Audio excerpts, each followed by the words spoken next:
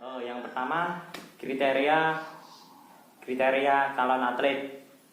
Yang pertama, kesehatan. Kesehatan merupakan suatu hal yang mutlak bagi setiap orang yang akan berpartisipasi dalam latihan olahraga. Oleh karena itu, atlet yang akan masuk dalam cabang olahraga tertentu harus dapat surat rekomendasi kesehatan dari dokter.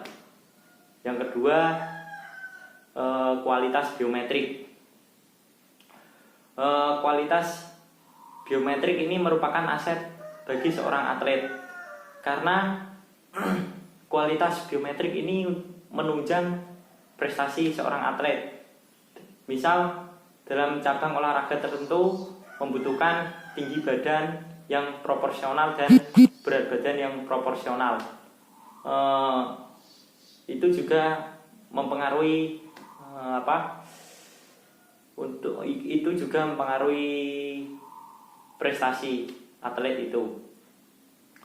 Yang ketiga, hereditas.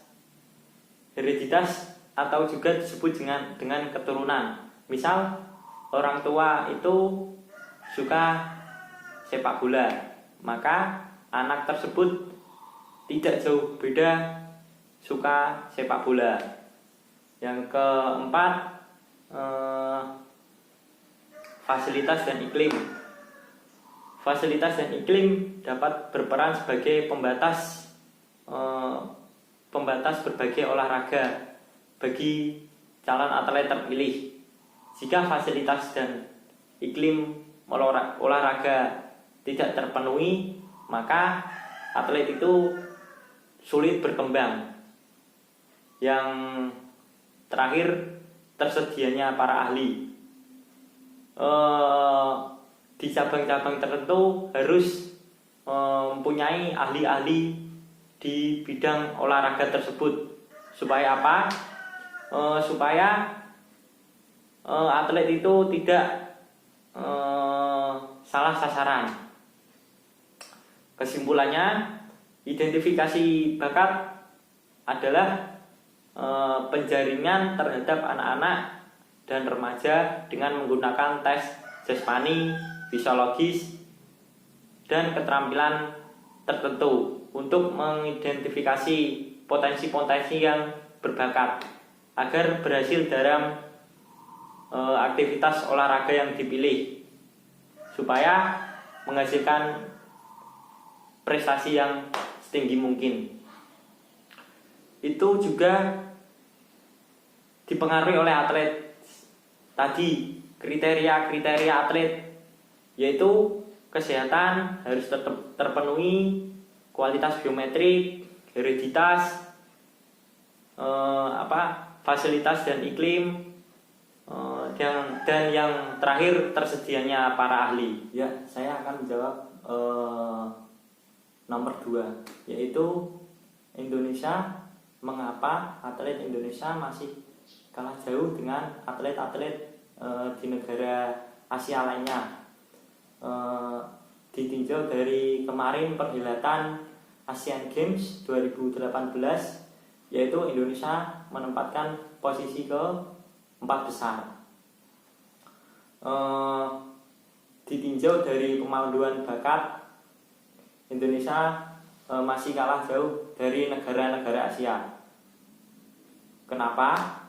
Karena kualitas biometrik, yaitu tinggi badan, panjang ukuran tubuh, terus berat badan, Indonesia masih kalah jauh dengan negara Asia lainnya seperti Jepang, Cina, Arab Saudi, dan lain-lainnya.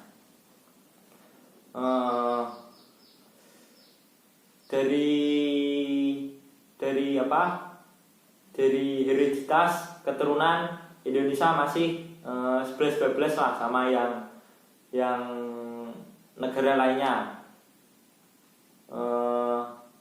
Kita ambil contoh saja seperti olahraga sepak bola.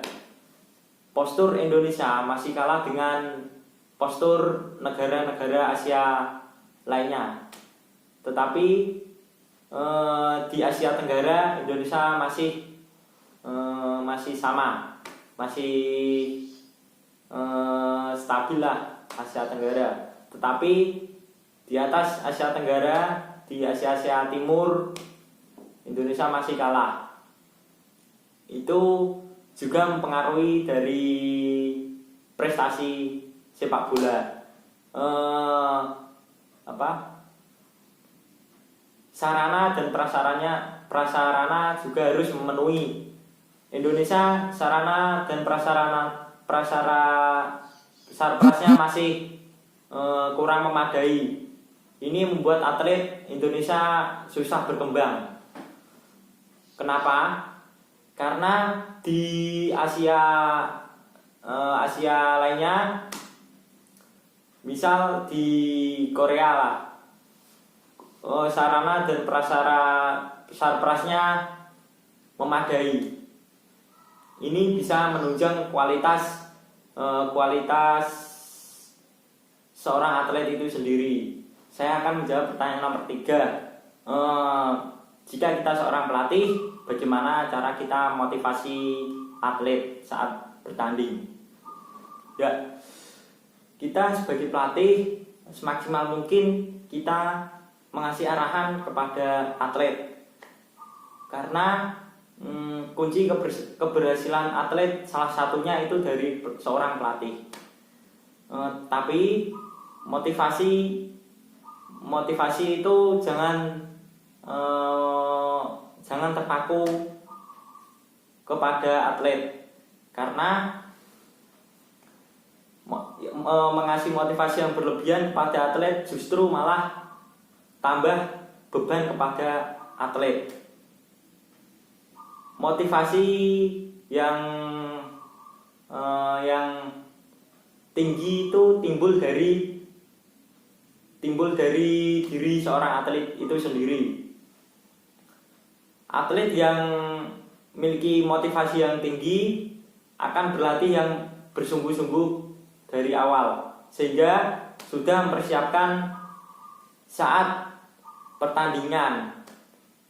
Faktor internal seperti permasalahan dalam diri atlet itu bisa mempengaruhi mental dari atlet. Tetapi jika atlet itu profesional, atlet itu bisa mengendalikan emosinya. Tahapan dan upaya kita sebagai pemandu bakat untuk menemukan seorang atlet yang memiliki prestasi yang tinggi dan permasalahan yang terjadi. Ya, kita sebagai pemandu bakat, sebagai contoh kita sebagai pemandu bakat harus menemukan atlet sejak dini. Kita harus melatih atlet itu sejak usia muda untuk kedepannya menjadi lebih baik.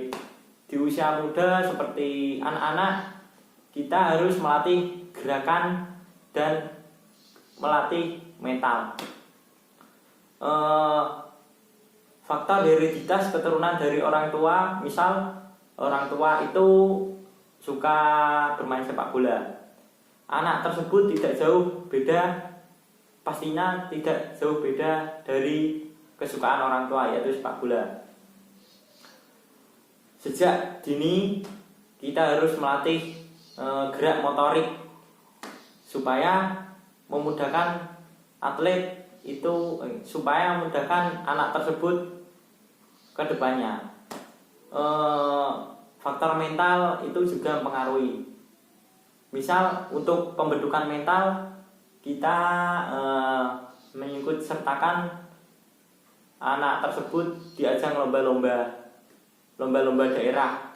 Itu juga mempengaruhi, itu juga membentuk mental anak itu tersebut.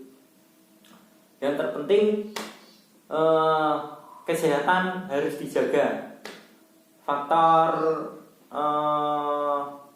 biometrik harus terpenuhi untuk menjadi seorang atlet sepak bola.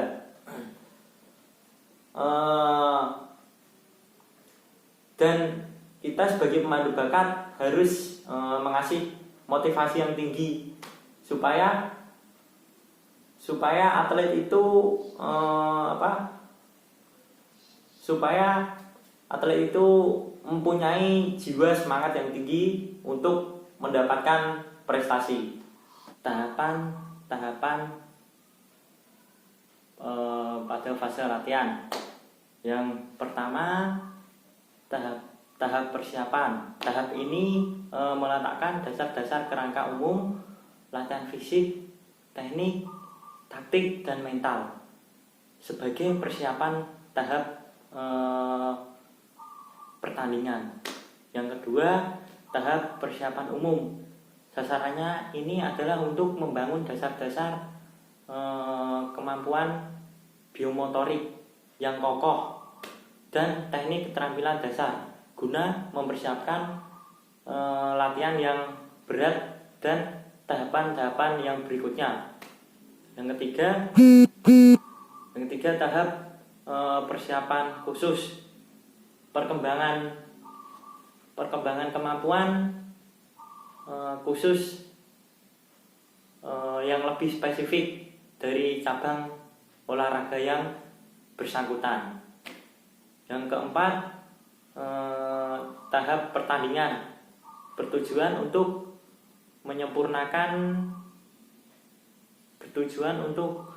menyempurnakan semua aspek latihan, dari aspek mental, teknik, taktik, dan fisik. Yang kelima, tahap pra-pertandingan. Materi latihan harus sesuai dengan cabang olahraga yang ditekuninya. Teknik-teknik disempurnakan di akhir pertandingan dan evaluasi tetap dikembangkan.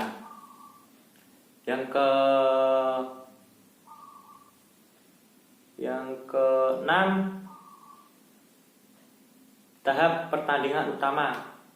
Penyempurnaan taktik dan teknik terus digenjot. Pertandingan uji coba dibatasi agar kebugaran tetap terjaga. Yang terakhir, tahap transisi. Tujuannya untuk memberikan istirahat supaya untuk menjaga kebugaran. Terima kasih. Wassalamualaikum warahmatullahi wabarakatuh.